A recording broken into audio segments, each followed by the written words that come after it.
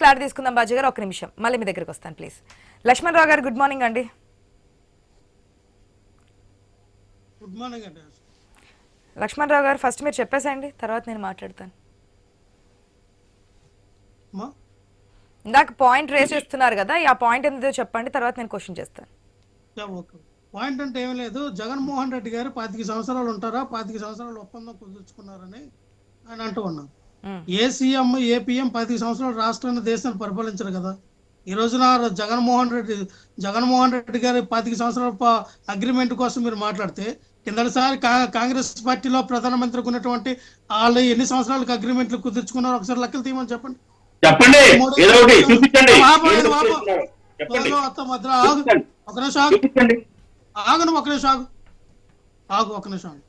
ఆగు. ఇప్పుడు మోడీ గారు ఎన్ని సంవత్సరాలకి అగ్రిమెంట్లు ఇస్తానన్న ఆయన తీసుకున్న ఆ ప్రాజెక్టులకి, చంద్రబాబు నాయుడు గారు ఏపీ బెవరేజ్కి ఆయన 2014లో సీఎం అయితే 2024 వరకు ఎవరు ఇచ్చారండి డిస్టిలరీస్కి పర్మిషన్లో? డిస్టిలరీ సప్లై చేయనని ఆ బ్రాండ్లు తీసుకొచ్చింది ఎవరండి? అంటే 10 సంవత్సరాలు ఆయన సీఎం ఉన్నాడా? ఏం మాట్లాడతారు? తలా తోకలేని మాట్లాడతారు. నాకు అర్థం కాదు. ఒక సీఎంగా ఉండేటప్పుడు అవతల ప్రాజెక్టు వ్యక్తులకి సీఎంకి ఒక అగ్రిమెంట్ జరిగినప్పుడు పరస్పర ఒప్పందంలో వచ్చినటువంటి దీనికలు ఇదవుతారు. ఇప్పుడు గన్నులు లీజుకి ఇస్తారండి, ఒకటి 20 సంవత్సరాలు ఇస్తారు, ఒకటి 50 సంవత్సరాలు ఇస్తారు. దేనికి ఇస్తారు? 5 సంవత్సరాలకే లీజ్ అవ్వచ్చు కదా. ఒక సీఎం ఉన్నటువంటి పరిధి కాలంలో ఒక 5 సంవత్సరాల గన్నులు లీజుకి ఇవ్వండి. మిమ్మల్ని ఎవడో 20 సంవత్సరాలు 30 సంవత్సరాలు లీజుకి ఇవ్వమంటున్నాడు. ఏం మాట్లాడతారు? నాకు అర్థం కావట్లా. కొంచెం మైండ్ పెట్టి బుర్రపెట్టి మాట్లాడండి. మీకు ఏదైనా నోటుకు వచ్చినట్టు మాట్లాడేసి విజనరీ చంద్రబాబు నాయుడు బతుకుంటాడా 2047 వరకు? విజనరీ అంటే ఏంటి? ఆయన సీఎంగా ఉంటాడు అంతవరకు. నాతో నరేంద్ర మోడీ 2047 వరకు బతుకుంటాడా? ఏం మాట్లాడుతారండి మీరు? అదొక టైం అనుకుంటారు, పీరియడ్ అంతే. విజనరీ 2047లో భారతదేశం ఏదో నంబర్ 1 స్థానానికి వెళ్తుందని, లేదా ఆంధ్రప్రదేశ్ నంబర్ 1 స్థానానికి వెళ్తుంది ఊహించుకోవడమే. వెళ్ళిందా? నేను పుట్టినప్పటి నుంచి, నాకు ఊహ తెలిసినప్పటి నుంచి భారతదేశం ఎదుగుతున్న దేశం, నంబర్ 1గా వెళ్తున్న దేశం అన్నారు. వెళ్ళిందా? చూడండి, 56వ స్థానంలో ఉంది. నాకు తెలిసి 56వ స్థానంలో ఉంది. ఎక్కడ వెళ్ళింది?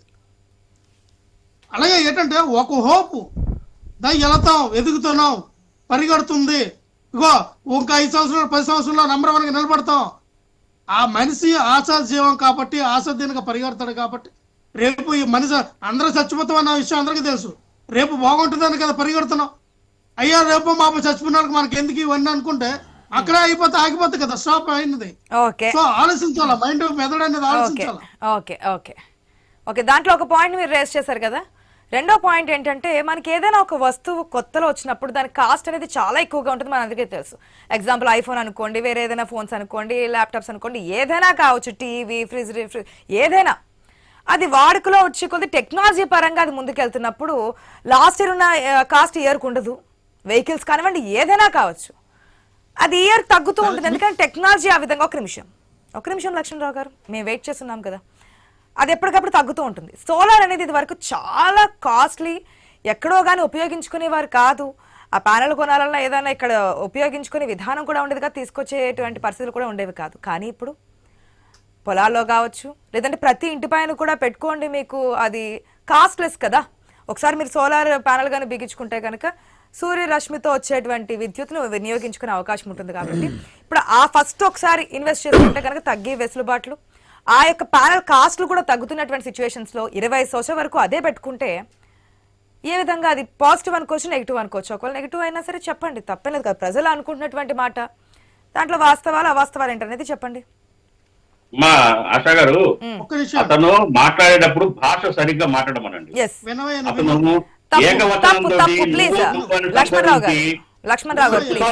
మాట్లాడుతున్నాడు, ముందు అతన్ని కట్టడి చేయండి. అది కరెక్ట్ కాదు, కరెక్ట్ మాట్లాడాలి. అదే విధంగా సరైన పద్ధతి కాదండి. ప్లీజ్ పద్ధతిగా మాట్లాడమని కరెక్ట్, రైట్. అదిగో మళ్ళీ ప్లీజ్ ఒక వ్యక్తిని ఉసుగొల్పి ఏదో విధంగా లక్ష్మణరావు గారు ప్లీజ్, లక్ష్మణరావు గారు డిబేట్ అనుకున్నారా లేకపోతే మీ ప్రెస్ మీట్ అనుకున్నారా? ప్లీజ్ అండి, please please please please audio mute చేయండి. పీసీఆర్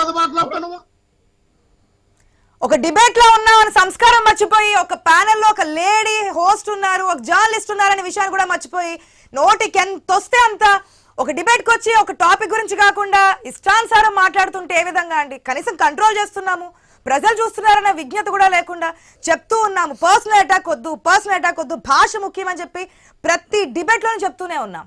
టాపిక్ సంబంధించి మాట్లాడండి, పార్టీలకు సంబంధించి మాట్లాడండి, అంశాలకు సంబంధించి మాట్లాడండి, టైం ఇస్తున్నాం, ఎవరిని ఇంటరప్ట్ చేయలేదు ఈరోజు.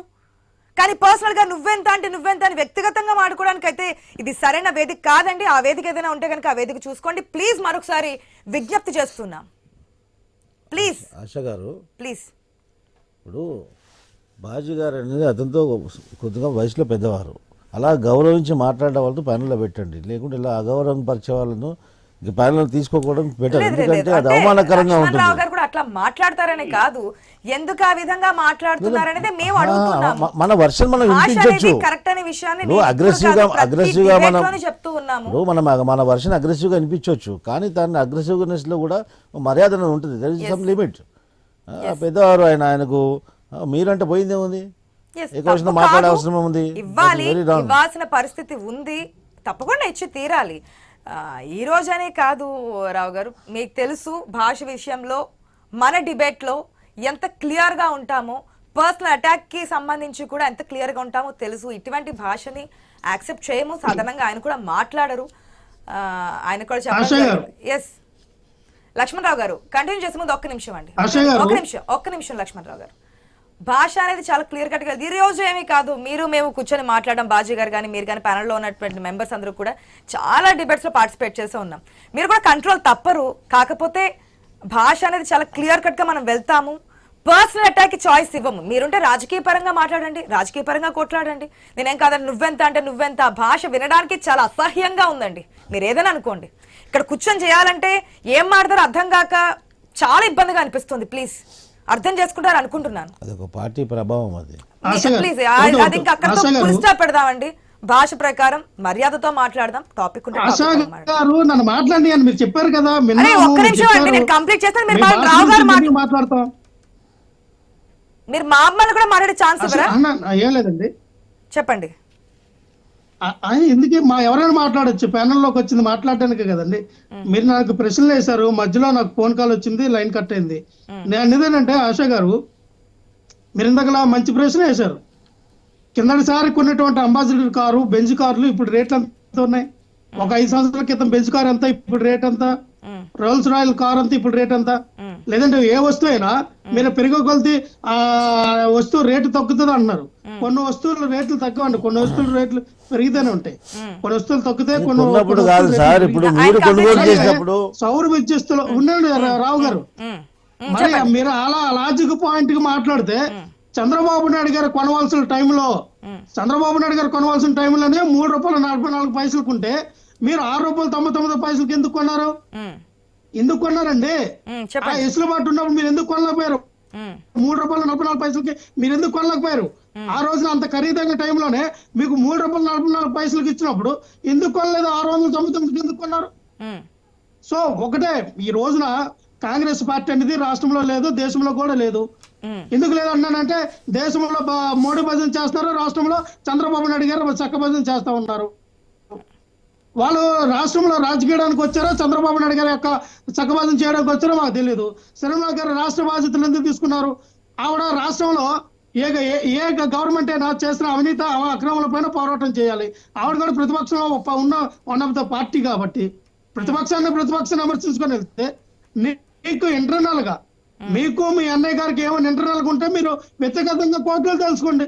మీకున్నటువంటి ఇంటర్నాలిటీ ఈ రోజున రాజకీయంగా వ్యక్తిగతంగా మాట్లాడతారండి. అంటే మీరు వేసినటువంటి ప్రతిదానికి సమాధానం చెప్తారా? ఇందాక ఆయన అన్నారు ఆ రోజు గారి మాటకి ఏముంది విలువ అని.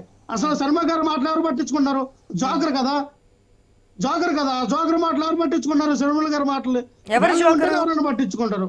వేల మాటలు ఎందుకు పట్టించుకుంటారు? ఈ రోజున ఎవరు జోకరు? ఒకటే మాట్లాడుతున్నాం. మనం మాట్లాడితే అవతల కూడా 2 గంటలు మాట్లాడతారు. మనం గౌరవించి మాట్లాడితే అవతల కూడా గౌరవించి మాట్లాడతారు. అలాగే బాజీ గారు అన్నారా జోకర్ అని?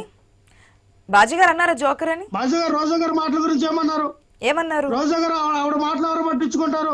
అంతవరకు ఆగారు.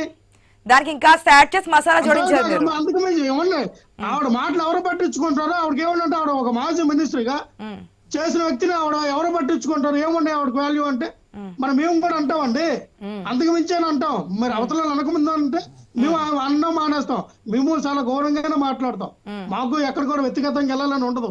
మీరు సబ్జెక్ట్ అడిగారు, సబ్జెక్ట్ వైజ్ చెప్తాను.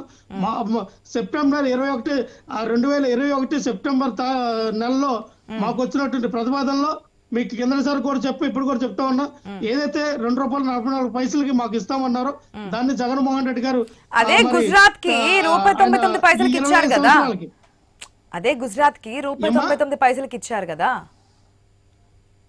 వినండి అమ్మా, గుజరాత్ కి ₹1.99 ఇచ్చారు అన్నారు కదా. ₹1.99 199 కాదు, ₹1.99. అమ్మా ₹1.99 ఇచ్చారు అన్నారు కదా. మరి గుజరాత్ కి అదే ₹99 ఇచ్చినప్పుడు, ₹1.99 ఇచ్చినప్పుడు మీరు తెలంగాణకి మిగతా రాష్ట్రాలకి ఏ రూపంలో ఇచ్చారు? అన్నిట్లో ఒకే రేట్ ఉంటారు కదా. ఒక్కో రాష్ట్రానికి ఒక్కో వ్యత్యాసం ఎందుకు ఇచ్చారు? మీరు ఎందుకు ఇచ్చారు అన్న? ఇప్పుడు సిటీ ఒప్పందం అంటే సెంట్రల్ గవర్నమెంట్ ప్రశ్నించాలండి. జగన్మోహన్ రెడ్డి గారిని ప్రశ్నిస్తారంటే సెంట్రల్ గవర్నమెంట్ ఒప్పందం ఈ రోజు మీ సెంటర్ మీరు ఒక ఉండండి, కాంగ్రెస్ పార్టీ ఒక సెంట్రల్ పార్టీకి ఉండేటప్పుడు మీరు బీజేపీ పార్టీని ప్రశ్నించాలా, మోడీ గారిని ప్రశ్నించాలా? ఇది ప్రభుత్వ సంస్థ, కేంద్ర ప్రభుత్వ సంస్థకి మీరు ఎలాగ ఒక రాష్ట్రానికి ఒక రేట్ ఎలాగిస్తారని వాళ్ళని అడిగాలి. కాబట్టి మీరు ఎలాగ పర్చేస్ చేస్తారు? మరి చంద్రబాబు నాయుడు గారు పీపీఎస్ చేసుకున్నప్పుడు ఎప్పుడు 2019 నుంచి 2014-19లో చేసుకున్నటువంటి పీపీఏ ఒప్పందం ఏదైతే పవర్ పర్చేస్ అగ్రిమెంట్ ఏదైతే ఉందో దాని ద్వారా మన రాష్ట్రానికి ప్రతి సంవత్సరం 1500 కోట్ల నష్టం వాటిల్లిందే. దాన్ని ఓవర్కమ్ చేయడానికి జగన్మోహన్ రెడ్డి గారు ఈ రోజున 3,750 కోట్లు ఇప్పుడు ఇన్కమ్ వస్తుంది మనకి. అంటే సేవ్ అవుతుంది ఇన్కమ్. ఏదైతే 3,750 కోట్లు మనకి ఇంతవరకు జగన్మోహన్ రెడ్డి గారు చేసుకున్నటువంటి ఒప్పందంలో ఈ 2024 వరకు జరిగినట్టు దీంట్లో 3,750 కోట్లు వాళ్ళకి సేవ్ అయినాయి. తర్వాత ఒప్పందంలో 400 కోట్లు పర్ ఇన్కమ్ స్టేట్ గవర్నమెంట్ కే కదా ఇన్కమ్ ప్రాఫిట్ వచ్చింది ఈ అగ్రిమెంట్ ద్వారా, అంతే కదా? అగ్రిమెంట్ ద్వారా స్టేట్ గవర్నమెంట్ కే కదా 3,750 కోట్ల రూపాయలు ఇన్కమ్ వచ్చింది. అంటే ఆదా చేశారు ఆ విద్యుత్. ఇన్కమ్ అంటే సేవ్ చేయడం అమ్మా, మన పర్చేజ్ చేసే విషయంలో సేవ్ చేయడం. 3,750 కోట్ల మనం మిగిల్చుకున్న భారం తగ్గి రాష్ట్రంలో అదే భారం తగ్గి మనకి అంటూ అమౌంట్ కట్టన అవసరం లేకుండా మిగిల్చుకున్నది 3,750 కోట్లు. ఆ టైంలో కూడా ఇప్పుడు చంద్రబాబు నాయుడు గారు రేపు డిసెంబర్ 1వ తారీఖు నుంచి 92 పైసలు 99 పైసలు పెంచుతా ఉన్నారు. ఎందుకు పెంచుతా ఉన్నారు? వాళ్ళు ఇచ్చిన హామీ ఏంటి? మీ కరెంటు ఛార్జీలు అసలు పెంచము. వాళ్ళకి తెలుసు కదా ఆంధ్రప్రదేశ్ రాష్ట్రంలో కరెంటు ఛార్జీలు ఏ విధంగా ఉన్నాయి, జగన్మోహన్ రెడ్డి గారు ఎందుకు పెంచవలసి వచ్చింది, అసలు కరెంటు దుస్థితి, కరెంటు తినేటువంటి పాలసీ అంతా కూడా విజనరీ కదా చంద్రబాబు నాయుడుకి అంతా తెలిసే కదా మీరు హామీ ఇచ్చారు. ఏమైనా మేము పెంచమని హామీ ఇచ్చారంటే అర్థం ఏంటి?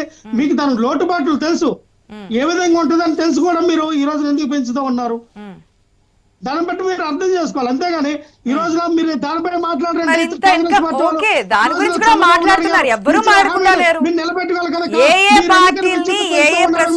అంతవరకు వాళ్ళు అడుగుతున్నాం. మీ పార్టీకి సంబంధించి మిమ్మల్ని ఏదైతే అడగాలో నేను ముందు కూడా చెప్పాను. లక్ష్మణ్ రావు గారిని అడిగే ప్రశ్నలు వేరేగా ఉన్నాయండి, మీరేమంటారని చెప్పి క్లియర్ కట్ గా అడుగున్నాము. ఇదే పాయింట్ చెప్తున్నారు కదా. మరి 19 ఒక్క నిమిషం సార్, 19 ఎలక్షన్స్ కి ముందు మీరు చెప్పారుగా ఇంత బాధరే అనేది ఒకటి. అప్పుడు ఎందుకు పెంచుతున్నారని మీకు తెలిసి ఇన్నిసార్లు పవర్ బిల్ పెంచేసారని ఎటు వచ్చి అమాయకులు ఎవరైనా అంటే ప్రజలే ఆ మాటలు వాగ్దానాలు నమ్మడం అనేది. రెండవది మీరు అధికారంలోకి వచ్చినది 7 సార్లు పెంచారు పవర్ బిల్స్. మరి 3,750 కోట్ల రూపాయలు మనకి భారం తగ్గి, అంటే మనం పే చేయకుండా భారం తగ్గినట్టు మరి ప్రజల మీద ఎందుకు భారం వేశారనేది కదా వాళ్ళ పాయింట్. ప్రజల నుంచి వచ్చే ప్రశ్న మీకు అర్థం కావట్లా. ఈ 4 సంవత్సరాలు 2019-24 కాలంలో మేము ఇచ్చినటువంటి ఈ 3,750 కోట్ల రూపాయలు ఇచ్చినప్పుడు మీకు మిగిలిన బడ్జెట్ ఉన్నప్పుడు మీరు ఎందుకు ఛార్జీలు పెంచుతారంటున్నాం? మాకు లేదు అప్పుడు, మీకు అర్థం కావట్లేదు. ఆ 3,750 కోట్ల రూపాయలు మేము ఉన్న టైంలో లేదు. మేము దిగిపోయిన తర్వాత మీకు ఇచ్చింది. కోట్ల రూపాయలు మీరు ఎప్పుడు ఏ ఇయర్ లో చేసుకున్నారు ఒప్పందం? ఒకసారి ఇయర్ చెప్పండి, మీ హయాంలో ఉందో లేదో ప్రజలకు తెలుస్తుంది. అమ్మా 2021లో ఒప్పందం జరిగింది ఆశ గారు. ఉమ్. 2021 మీరు ఎప్పుడు అధికారం కోల్పోయారు? 2021లో ఒప్పందం జరిగింది. 2024 వరకు జరిగినటువంటి ఈ ఒప్పందంలో, ఉమ్. 2021లో జరిగిన ఈ ఒప్పందంలో ఏదైతే అవి 3750 కోట్లు అనేవి ఈ యొక్క సరాసరి ఒకేసారి ఒక సంవత్సరానికి 3750 కోట్లు కదమ్మా. ఈ పీరియడ్ ఆఫ్ టైమ్ లో మేము అధికారంలో దిగే టైంలో 3750 కోట్ల రూపాయలు సేవ్ అయినాయి. ఇంత సేవ్ అయిన అమౌంట్ లో మీరు ఎందుకు ఇప్పుడు కరెంట్ ఛార్జీలు ఎందుకు పెంచవలసిన అవసరం వస్తుంది? ఇప్పుడు మీకు డిస్కమ్ల పైన కానీ ఏ రకంగా చూసుకున్నా కరెంటు పైన ఎటువంటి భారం లేదు.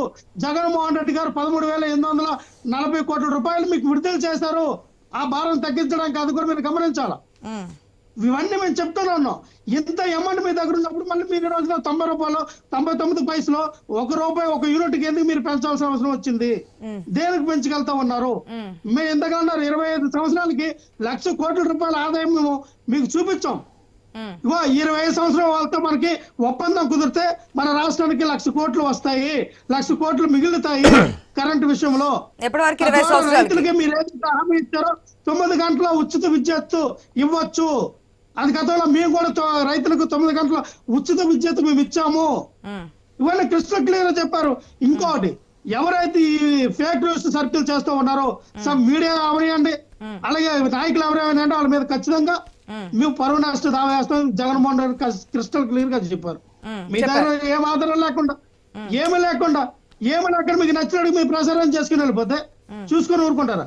ఈ రోజు నిన్న ఇదే ప్రశ్న పార్లమెంట్ లో అడిగితే వాళ్ళు ఏం చెప్పారంటమ్మా, ఇంతవరకు భారతదేశానికి దీనిపైన దర్యాప్తు చేయన్నానో, దీనిపైన సమగ్ర విచారణ చేయన్నానో, ఎటువంటిది అమెరికా 70 నుంచి మాకు ఎటువంటిది రాలేదు, అసలు ఈ విషయం ఎక్కడ కూడా మా ప్రస్తావన లేదని మన నరేంద్ర మోడీ గారు వాళ్ళ విషయం వాళ్ళ పార్లమెంట్ లో చెప్పిన విషయం, విదేశంగా మన ఇండియా అంబాసిడర్ లో చెప్పారు. అది ఇవన్నీ కూడా క్రిస్టల్ క్లియర్ గా అదాని కూడా క్లారిటీ ఇచ్చింది ఇవన్నీ కూడా అవాస్తవాలని చెప్పి.